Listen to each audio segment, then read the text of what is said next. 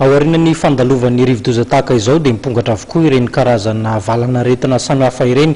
Mila mailo zany rehetra amin'ny fahadiovana sy ny fidiovana noho izany indrindra no natonga ny orinasa Societasal nanolotra savony ho an'ireo trabona satria dia maro izy ireo no mifanaretsaka ao anatin'ny trano natokana ho azy ireo ary mahatonga ny valana retina hiparitaka ihany koa zany raha tsy voasoroka.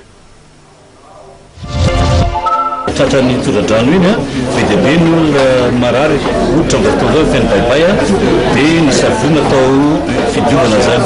Izay tompoko dia avy amin'ny Societasal Madagasikara orinasa mpamokatra savony zany tonga eto zay manolotra fanampiana ho an'ireo avana ny arabola tamin'ny cyclone faranteny iny maha orinasa mpamokatra savony zay zany dia mitondra fanampiana savony 300 carton zay 300 carton ho an'ireo trabona mba vokava mahatrava zany.